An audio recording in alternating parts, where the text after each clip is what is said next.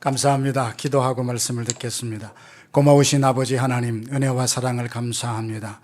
우리를 주의 자녀로 부르시고 특별히 하나님의 일을 위하여 준비할 수 있는 귀한 학교에서 잘 준비되게 하신 것을 감사합니다. 오늘도 말씀을 통해서 하나님께서 우리에게 들려주고자 하시는 그 음성을 듣는 시간이 되게 하여 주옵소서. 예수님의 이름으로 기도하옵나이다. 아멘. 우리가 거룩한 일에 부름을 받는다는 것이 얼마나 큰 축복이고 영광인지 모릅니다. 저도 오늘 말씀을 전해달라고 이게 부름을 받는 것이 참 귀하고 복되다 생각해서 기쁨으로 달려왔습니다. 하나님께서 우리를 부르시면은 그게 두 가지의 부르심이 있습니다. 하나는 구원으로의 부르심입니다. 흑암의 권세 아래 있는 우리를 건져내셔서 예수 그리스도의 몸에 접붙여 주시는 구원으로의 부름입니다. 아마 이 학교는 구원의 부르심, 이 확신이 없으면 아마 입학도 안 되는 걸로 알고 있습니다. 그래서 세례받은 사람 이상 아마 입학을 하는 줄로 알고 있습니다. 우리의 부르심에는 구원의 부름뿐만 아니라 사역으로의 부르심이 있습니다. 하나님께서는 우리가 하나님의 자녀가 되었다는 사실의 끝이 아니라 그 시작입니다. 이걸 두고 우리는 하나님이 우리를 거룩한 일에 동력하자고, 하나님이 하시는 일에 동참하라고 우리를 불러주시는 이 부르심이 다 우리에게 주어졌다는 사실입니다. 그런 점에서 우리 옆에 사람하고 한번 이렇게 인사하면 좋겠습니다. 하나님께서 우리는 다 소명자입니다. 이렇게 한번 부르면 좋겠습니다. 우리는 다 소명자입니다. 예, 우리는 다 소명자입니다. 예, 그렇습니다. 부름은 영광이고 축복입니다. 그런데 하나님의 부르심에 이 길을 걸어가는 일에서는 참 많은 눈물이 우리에게 흐릅니다. 왜냐하면 그 길은 예수님이 가신 길이며 십자가의 길이고 고난의 길이기 때문에 걸어갑니다. 우리 모두 언젠가 우리 앞에 놓여진 믿음의 경주를 다 마치면 주님 앞에 설 텐데, 그때 하나님께서는 우리의 걸어온 많은 삶의 흔적을 보시면서 칭찬하시기도 하고 그렇게 생명의 면류관을 주실 것입니다. 그때 그 자리에서 저와 여러분이 모두가 잘했다 칭찬받는 믿음의 사역자들, 소명자들이 되기를 주님의 이름으로 축복합니다. 오늘 그런 바람으로 오늘 본문을 가지고 부르심에 대해서 함께 생각하며 은혜 받기를 원합니다. 먼저 하나님께 부름받은 우리가 기억해야 될 것은 뭐냐 하면, 우리에게 주어진 이 부르심이 얼마나 가치 있고 복된가를 알아야 합니다. 한 주인이 멀리 여행을 가면서 자기의 재산을 일부를 종들에게 나누어 주죠. 어떤 종들에게는 5달란트, 어떤 종들에게는 2달란트, 어떤 종에게는 1달란트를 나누어 줍니다. 5달란트와 2달란트 받았던 사람은 곧바로 가서 장사해서 그 배를 남깁니다. 그런데 1달란트 받았던 사람은 그것을 땅에 묻어 두었습니다. 성경에 보면 주인에 대해서 오해를 했지요. 주인은 굳은 사람이다, 그런 표현을 했지만 저는 이 부르심을 놓고 봤을 때 자기에게 주어진 1달란트에 대한 가치와 소중함, 중요함을 몰랐기 때문이 아닐까, 저는 그렇게 봅니다. 그렇게 본다면 오늘 우리가 하나님 앞에 부르심을 받은 우리가 하나님이 불러주신 이것이 얼마나 소중하고 복된가를 모른다면 그 부르심을 소홀하게 할 수밖에 없을 것입니다. 게으를 것입니다. 방심하게 될 것입니다. 왜 사명이, 우리의 부르심이 이렇게 중요하냐 하면요, 오늘 와서 보니까 저는 MDB 학생들이나 신학과 학생들만 주로 모인 줄 알았더니 다양한 여기 학교는 종합대학이니까 다 같이 모였다는데, 부르심이라는 것은 꼭 어떤 목회로의 부르심만 하나님의 부르심이 아닙니다. 사역의 부르심은 칼빈이 말했죠. 하나님의 영광을 기치러 걸고하는 모든 직이 바로 성직이라 그랬습니다. 여러분이 목회를 하든 선교를 하든 어떤 직업을 얻든 간에 하나님의 영광을 놓고 하나님의 나라를 이 땅에 확장하는 꿈을 갖고 한다면 여러분 곧 성직이라 할 수 있습니다. 그러면 우리의 이 부르심이라는 것은 땅을 넓히고 건물을 짓는 부르심이 아니라 바로 사람을 살리라고 하는 그런 부르심입니다. 직업에 대한 소명도 있지요. 여러분 어떤 직업을 갖는다는 것은 그것을 가지고 내가 생계의 수단을 삼는다는 그 이상이 아닌데, 그것을 통해서 하나님이 나를 통해서 하고자 하는 그 뜻을 펼치는 수단일 뿐입니다. 그러고 보면 저와 여러분들이 하나님의 이 부르심이 얼마나 복되고 소중한가, 이것은 그냥 아니라 사람을 살리려고 하는 하나님의 뜻을 두고 우리를 부르셨다라는 걸 생각하면 이 부르심이 얼마나 소중하고 축복된지 모릅니다. 그리고 하나님이 불러주신 것이 참 소중하고 귀하다고 하지만 이게 왜 어려운가 하면, 그 사명을 펼쳐나가는 우리의 삶이 거친 광야와 같은 삶이기 때문에 그러합니다. 사무엘이 부르심을 받았을 때 상황을 보면 오늘 1절 보니까 하나님의 말씀이 희귀하여 이상이 흔히 보이지 않던 때라라고 했습니다. 여러분, 하나님 누구신지 아시죠? 대답 좀 해보세요. 무섭네 진짜. 이렇게. 하나님 어떤 분이십니까? 말씀하고 싶어하는 분. 하나님은 살아계시고 인격적인 분이시기 때문에 우리와 말씀하고 싶어 하는데 왜 엘리하고는 하나님이 말씀하기를 불편해 하셨느냐? 말씀이 흔히 나타나지 않았다라는 것은 그 시대의 영적인 상황을 말합니다. 이 4장으로 넘어가면 블레셋과의 전쟁 가운데 법궤 빼앗기죠. 홈리와 비느하스 죽지요. 그 소식을 듣고 엘리는 흔들어 자리에 앉아 있다가 목이 부러져서 그렇게 죽습니다. 이걸 보고 비느하스의 아내가 뭐라고 합니까? 이카봇, 하나님의 영광이 이스라엘에서 떠났다. 그때의 영성을, 그때의 신앙적인 분위기를 말하는 것이죠. 하나님의 말씀이 희귀했던 시대다. 그리고 이카봇 현상, 하나님의 영광이 떠났던 그 시대가 사무엘이 사명을 감당하는 그 시대입니다. 그러니 받은 사명은 너무나 귀하지만 그 사명을 펼치는 데는 얼마나 힘들고 어렵겠습니까? 완악한 사람을 상대로, 순종할 의지가 없는 상대로 말씀을 전해야 되는 그 사무엘의 입장은 얼마나 힘들고 어렵겠습니까? 역사를 보면요, 수많은 시대에 완악하고 힘들었던 때를 우리가 보게 됩니다. 어떤 한 시대만 타락하고 어떤 한 시대에 특별히 하나님을 떠났던 게 아닙니다. 자세히 보면 오고 오는 세대 가운데 다 이 세상은 하나님을 거역하고 하나님의 뜻을 정면으로 부정하며 대항하는 삶을 살았던 것을 보게 됩니다. 예수님 당시도 마찬가지입니다. 바리새인, 서기관, 종교 지도자들이 있었지만 예수님이 그들을 볼 때는 소경이 소경을 인도하는 것처럼 그렇게 영적으로 무지했던 사람인 것을 우리가 압니다. 이럴 때 광야에서 외치는 자의 소리로 살았던 세례 요한이 외치죠. 회개하라, 하나님 나라가 가까이 왔다. 회개하라, 하나님 나라가 가까이 왔다. 그런 시대에 그런 메시지를 전하며 살았다면, 사명을 감당하며 살았다면 세례 요한의 마음에 번민과 고민이 얼마나 많았을까. 그렇습니다. 이런 상황은 한 시대뿐만 아니라 지금 우리가 살고 있는 시대도 동일한 영적인 어두움 가운데 살아가고 있습니다. 그래서 오늘 우리 부르심을 받은 우리들은 나에게 주신 이 부르심의 가치, 소중하다는 걸 알지만 그 부르심을 살아가는, 부르심대로 살아가는 우리의 삶의 현실은, 사역 현장은 너무나 각박하고 광야와 같은 시대에 살기 때문에 우리는 내게 부르심도 중요하지만 그걸 감당하기 위해서 마음가짐이 특별해야 됩니다. 오늘 찬양도 보니까 말씀에 목숨을 거는지, 저 이런 말 참 잘 썼는데 참 철이 조금 들면서 이 말이 참 부담되더라고요. 말씀에 목숨 걸자 그랬는데 자신을 뒤돌아보니까 소리는 칠 뿐 저는 그와 상관없는 삶을 살아갈 때 참 많거든요. 이것처럼 좋은 말이지만 무서운 말, 도달하기 힘든 말이 없습니다. 하지만 다시 한번 말씀드린다면 우리에게 주신 소명이 중요하고 우리가 살아가는 사역 현장은 광야와 같기 때문에 그야말로 죽을 마음으로 하나님께만 온전히 붙들려서 살아야 우리에게 주어진 이 소중한 가치, 사명을 이루며 살아낼 수 있습니다. 한마디야 말에 천금과 같은 무게를 심을 수 있는 깊은 영성을 소유해야 합니다. 새술은 새 부대에 담으라 했는데 새 부대는 어떤 부대입니까? 신축성이 많아서 그 포도주가 발효하면서 이렇게 팽창하는 것을 감당해낼 수 있는 부대가 새 부대라지 않습니까? 이 시대를 담아낼 수 있는 저와 여러분, 그 새 부대가 될 때 하나님은 그 부대에 새술을 담아주시거든요.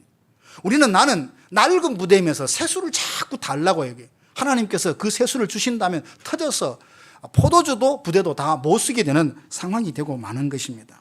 우리가 부르심을 받은 사람이요, 그 부르심이 소중한 걸 안다면 정말, 그리고 이 땅이 광야와 같은 것을 우리가 안다면 마음가짐을 새롭게 하고 우리를 부르신 그 부르심에 충성을 다해서 하나님의 뜻을 이루어서 주님 앞에 설 때는 잘했다 칭찬받는 믿음의 사람 되기를 주님의 이름으로 축원합니다. 참 우리를 부르셨다 그랬는데 하나님께서 왜 우리를 부르셨을까요? 뭘 하려고? 섬기라고 부르셨습니다. 섬기라고. 1절 말씀 보면 아이 사무엘이 엘리 앞에서 여호와를 섬길 때에는, 하나님께서 사무엘을 부르시면 섬기라고 부르셨는데 예수님도 이 세상에 오신 목적이 뭐라고 하셨습니까? 인자가 온 것은 섬김을 받으려 함이 아니라 섬기려 하고 도리어 자기 목숨을 많은 사람들의 대속물로 주려고 이 땅에 오셨다 그러셨습니다. 예수님이 이 땅에 섬기러 오셨으면 예수 믿는다는 게 뭐죠? 예수님을 닮는다는 것입니다. 예수님이 가신 길을 나도 간다는 겁니다. 주님이 섬김의 삶을 사셨다면 오늘 우리의 부르심의 목적도 섬기라고 우리를 불러주신 줄로 믿습니다. 6월절 전날 마가 다락방에서 세족식을 하면서 예수님이 발을 다 닦아주시죠. 그래서 제자들에게 하신 말씀이 뭡니까? 내가 주와 선생이 되어서 너희 발을 씻으니 너희도 가서 그와 같이 하라 라고 말씀하지 않으셨습니까? 우리를 부르신 목적이 섬김의 삶입니다. 자, 그러면 섬긴다. 저도 이제 오늘 그렇게 소개하려다가 이 부분이 조금 마음에 부담이 돼서 그런 말 안 했습니다만, 당신 누굽니까? 그러면 저는 나성서부교회를 섬기는 아무개 목사입니다. 그렇게 말을 해요. 어떤 신앙훈련 프로그램에 갔더니 다 소개를 이제 각자 섬기는 교회가 다 다른 거예요. 나는 어느 교회를 섬깁니다. 어느 교회를 섬깁니다. 쭉 인사를 해요. 그래서 섬김이 뭘까를 다시 한번 이렇게 생각을 해보면요. 하나님의 뜻에 민첩하게 순종함이 없는 그 삶에는 진정한 섬김이라고 할 수 없습니다. 사무엘은 자신을 부를 때요 민첩하게 순종했어요. 지금 그의 곁에 누웠다고 하는 것은 시간이 밤중이라는 말이거든요. 어린 아이라도 아마 밤중에 여러 번 부르면 짜증 날 것입니다. 요즘 아이들 얼마나 영악합니까? 그죠? 사무엘도 아마 여러 번 그 밤에 자려고 누웠는데 자꾸 부르면 짜증이 날 거예요. 그런데 부를 때 하나님이 불렀지만 사무엘은 누가 부른다고 생각했어요? 엘리가 부른다고 생각했어요. 그 부름을 듣고 또 부르네 라고 짜증은 냈나요? 5절 한번 볼까요?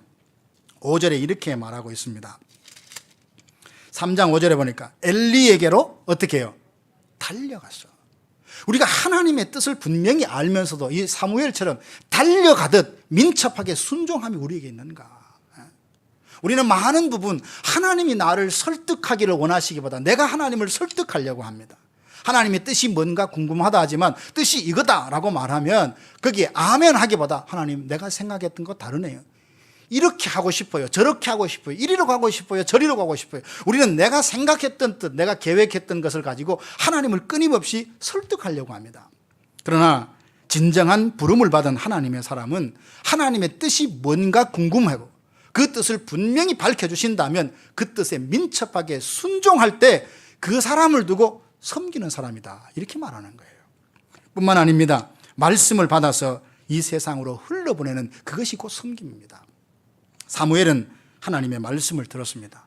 어린아이에게 처음 하나님께서 이야기한 내용치고는 내용이 너무 무거워요. 여러분 내용을 아시면은 금방 깨달을 텐데요.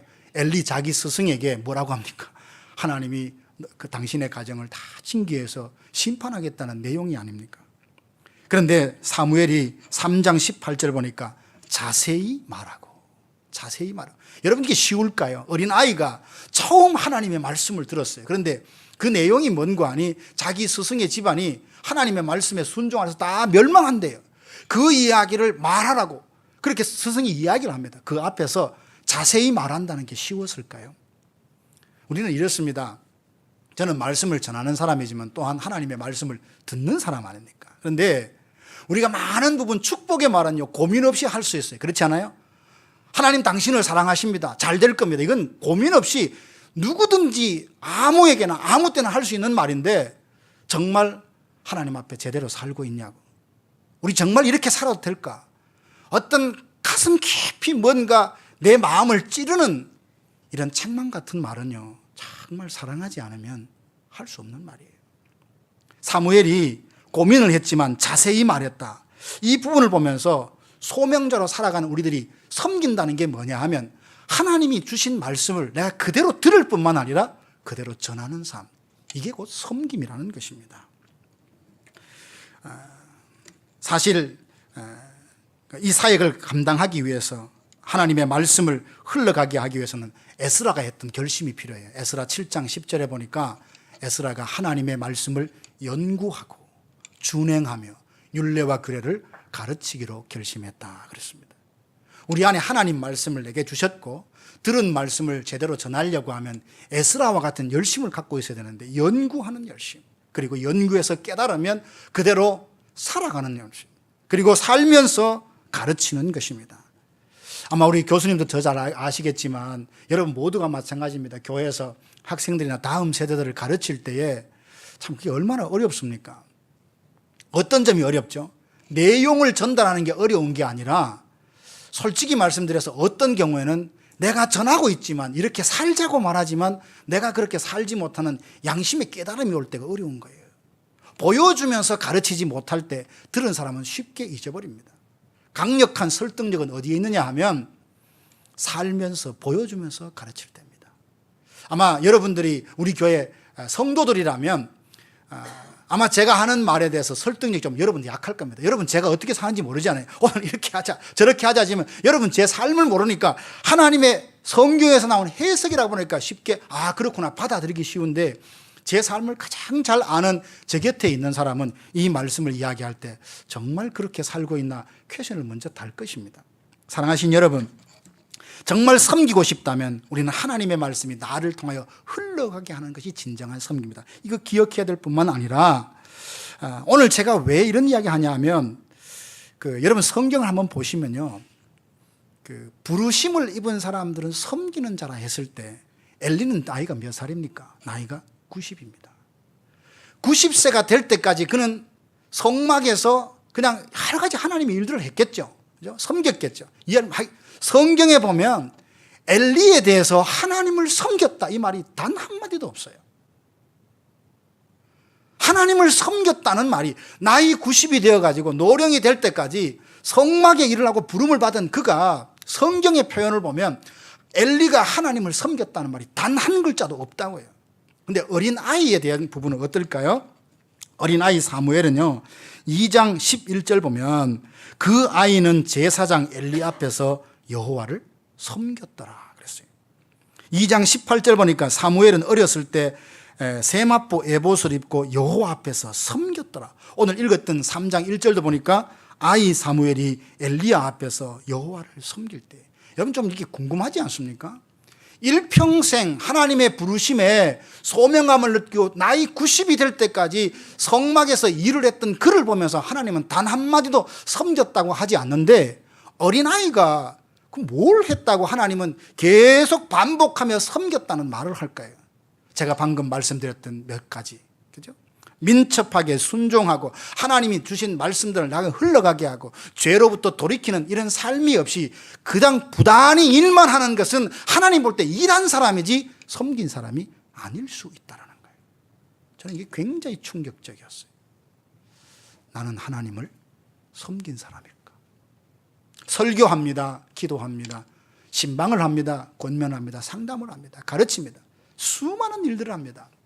하루에 25시간이 주어져도 모자랄 만큼 바쁘게 살아갑니다. 그런데 하나님이 보시기에 과연 나의 모든 목양의 어떤 사역은 하나님 볼 때 이게 섬김일까? 단순히 일일까? 그 마음 중심이 하나님을 향하지 않는다면 교회에서 하든 성경을 가르치든 하나님 눈에는 섬김이 아닙니다.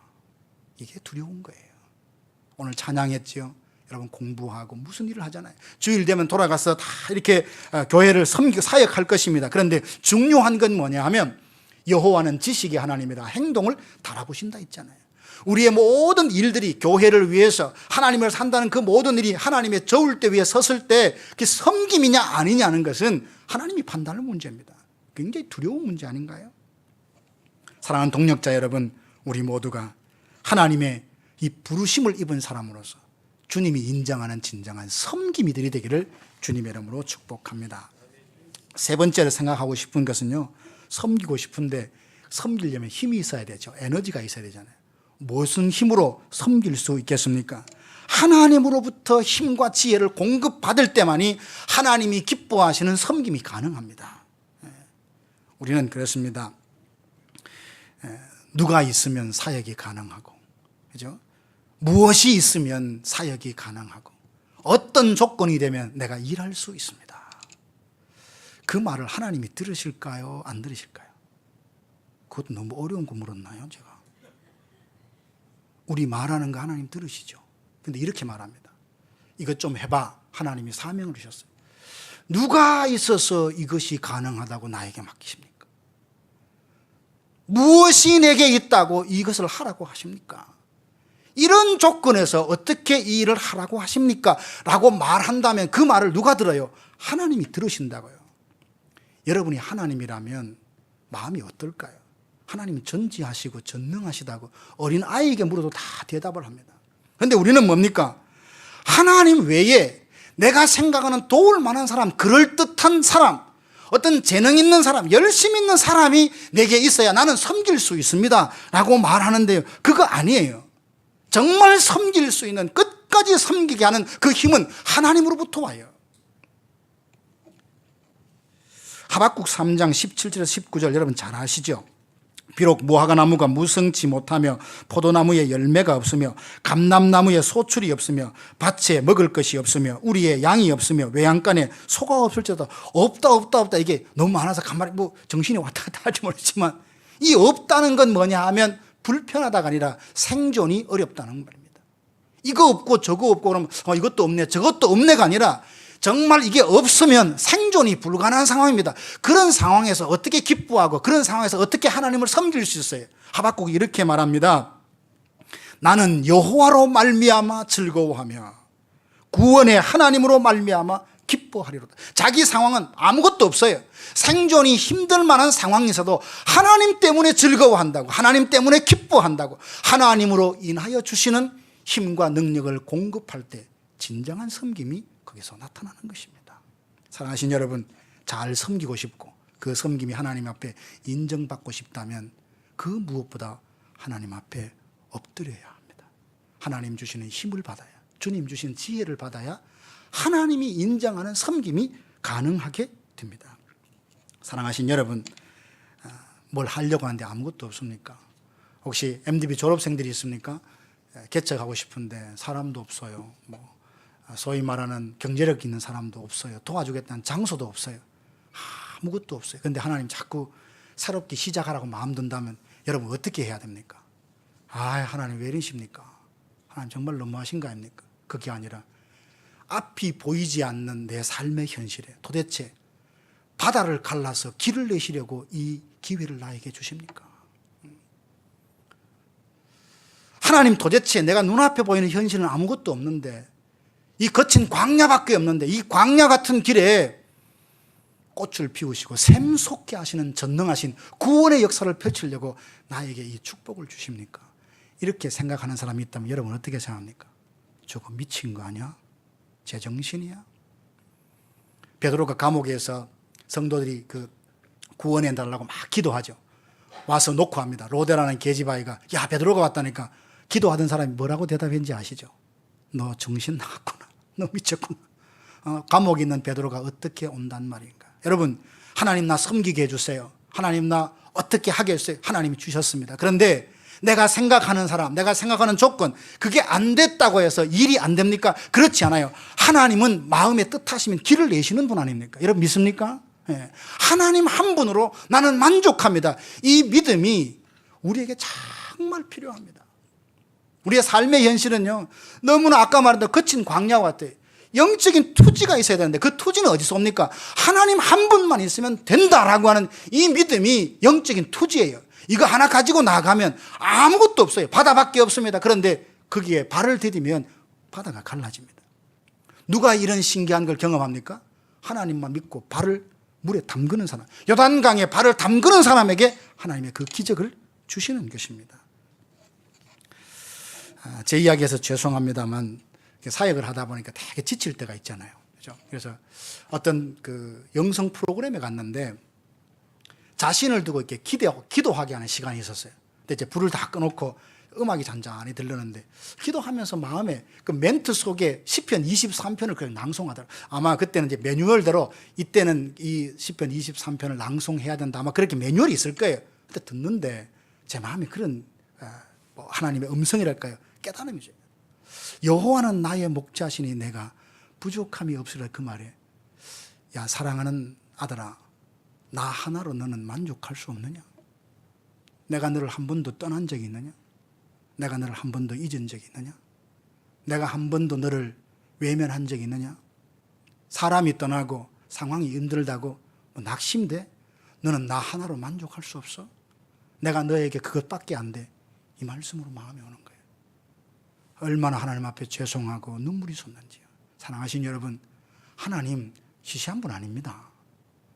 하나님 아무것도 할 수 없는 어떤 부자, 힘 있는 사람, 그 사람들의 어떤 도움에 비교해서 아무것도 아닌 그런 세상에 아무것도 없어요. 나 혼자밖에 없어요. 그러나 하나님 한 분이 있으면 그분이 일을 해내십니다. 뜻을 이루세요.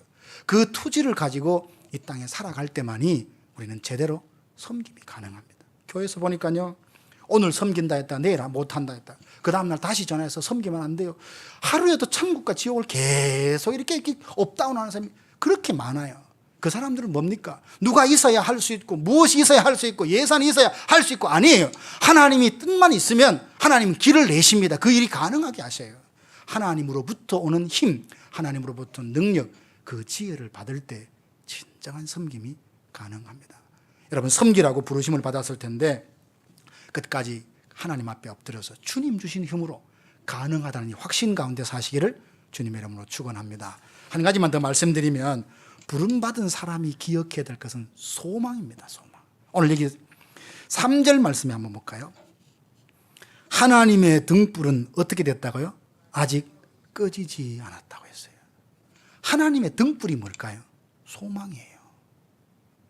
우리가 젊은 사람들 가끔 이렇게 만나다 보면, 목사님, 뭐 LA 교회가 다 타락했어요. 교회 같은 교회가 하나도 없어요. 그렇게 이야기하는 사람도 있어요. 가끔 사역자들도 보면 뭐 세상이 다 그렇고 교회가 다 망한 것처럼 생각하는데 그렇지 않습니다. 하나님은 아직도 뭔가 하나님의 손에 붙들고 거룩한 역사를 감당할 등불을 아직도 남겨놓으셨어요.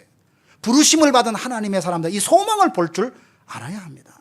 엘리를 봅니다. 당시의 상황, 영적인 상황을 봅니다. 이카보드라고 사람이 죽습니다.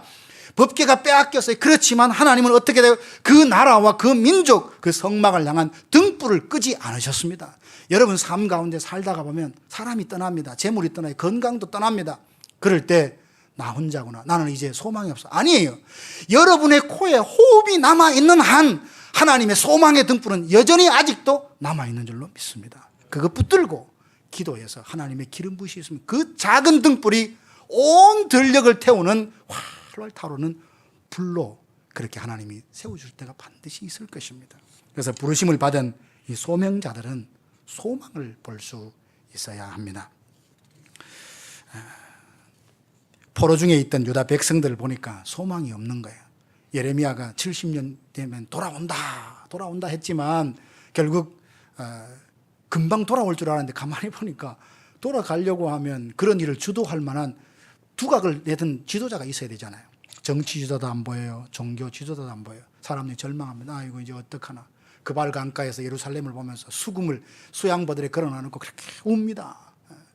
근데 그들에게 소망의 메시지를 전하게 하시는데요, 하나님은 에스겔을 불러다가 에스겔 골짜기에 가서 보여주십니다. 뼈들이 그냥 널널이 늘려져 있는 거예요. 인자야 이 뼈들이 살겠느냐. 얼마나 지혜롭게 대답하는지. 안 됩니다. 하나님만이 아십니다. 지혜롭게 대답해요. 이 뼈들이 살겠느냐 하니까 하나님만이 아십니다. 하나님 말씀하시죠. 마른 뼈들아 여호와의 말씀을 선포하라.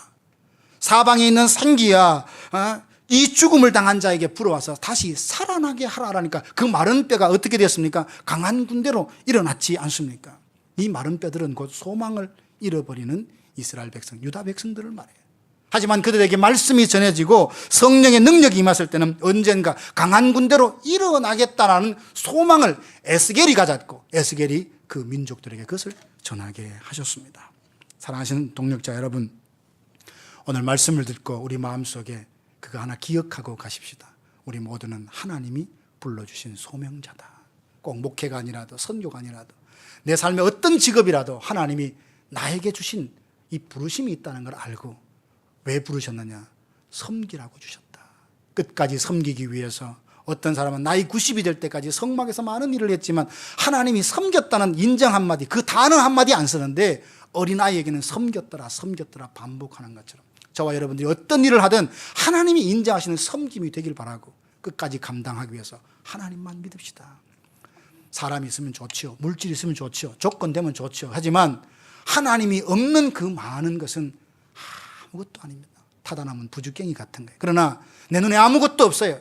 아무것도 없지만 하나님 한 분만 계시면 그분이 전부입니다. 그 안에 다 있어요. 그 하나님만 붙들면 주님이 힘을 주신다면 하나님이 어떻게 기적을 만들어내시는지를 새롭게 경험하게 되는 그런 체험도 있습니다. 사랑하신 여러분, 이 부르심의 놀라운 가치, 그 소중함을 다시 깨닫고 하나님이 무슨 부르심을 준다 할지라도 하나님 앞에 순종하여서 거룩한 일, 거룩한 역사를 만들어내는 저와 여러분들 되기를 주님의 이름으로 축복합니다. 기도하겠습니다. 하나님 아버지, 거룩한 일에 우리를 불러주신 것을 감사를 드립니다. 하나님, 부족하지만 연약하지만 하나님 한 분만 믿고 나가겠습니다. 힘을 주시고 능력을 주시고 하나님 바다도 가르시고 죽은 자도 살려내시는 그 전능하신 하나님의 능력만 의지하고 나가니 우리를 통하여 하고자 하시는 거룩한 뜻을 다 이루어 주시옵소서. 예수님의 이름으로 기도하옵나이다. 아멘.